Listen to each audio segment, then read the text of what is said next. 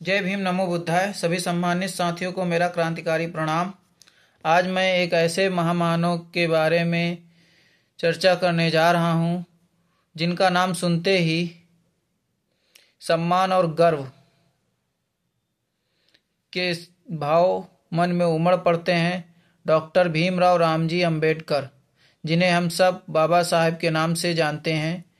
Doctor Ambedkar केवल संविधान निर्माता नहीं थे, वे एक समाज सुधारक, एक शिक्षाविद और एक विशेष रूप से महिलाओं के अधिकारों के प्रबल समर्थक थे। उन्होंने न केवल दलितों के लिए बल्कि देश की महिलाओं के उत्थान के लिए भी कई ऐतिहासिक कदम उठाए।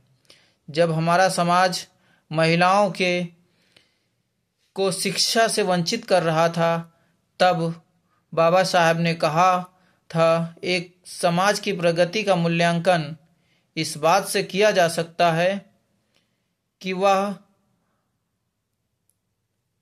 अपने ही महिलाओं के साथ कैसा व्यवहार करता है।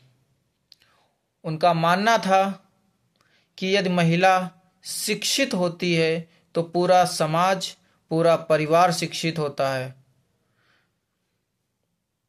डॉक्टर अंबेडकर ने महिलाओं के लिए समान अधिकार, शिक्षा का अधिकार, संपत्ति का अधिकार और विवाह में स्वतंत्रता जैसे मुद्दों पर जोर दिया। उन्होंने हिंदू कोड बिल की नींव रखी, जो महिलाओं को विवाह, तलाक, गोद लेने और संपत्ति में बराबर का अधिकार देने के लिए था। हालांकि उस समय इस बिल का काफ़ी विरोध हुआ, लेकिन बाबा साहब अपने सिद्धांतों से पीछे नहीं हटे। उन्होंने स्पष्ट शब्दों में कहा, मैं ऐसे मंत्री पद को ठुकरा सकता हूं, लेकिन महिलाओं के अधिकारों के साथ कतई समझौता नहीं कर सकता। और उन्होंने अपने मंत्री पद से तुरंत इस्तीफा दे दिया। लेकिन नारी अधिकारों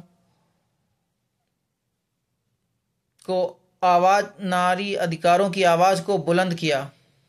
उन्होंने कहा कि शिक्षा वह शस्त्र है जिससे आप दुनिया को जीत सकते हैं। बाबा साहब ने अपने जीवन में शिक्षा को सबसे बड़ा हथियार माना और खास तौर पर महिलाओं को शिक्षित करने को उन्होंने सामाजिक क्रांति का आधार बताया। आज अगर महिलाएं स्कूलों, कॉलेजों, सरकारी संस्थानों में नौकरी आदि में आगे बढ़ रही हैं, तो उसके पीछे बाबा साहब की दूरदर्शी सोच और संघर्ष छिपा हुआ है। हमें उनका सदैव ऋणी रहना चाहिए और उनके दिखाए रास्ते पर चलकर हर महिला को उनके हक दिलाने का अथक प्रयास करना चाहिए। आइए हम सब मिलकर यह संकल्प लें कि बाबा साहब के विचारों को न केवल याद करेंगे बल्कि अपने जीवन में उतारेंगे और महिलाओं को शिक्षित, सशक्त और आत्मनिर्भर बनाएंगे। धन्यवाद। जय भीम, जय भारत।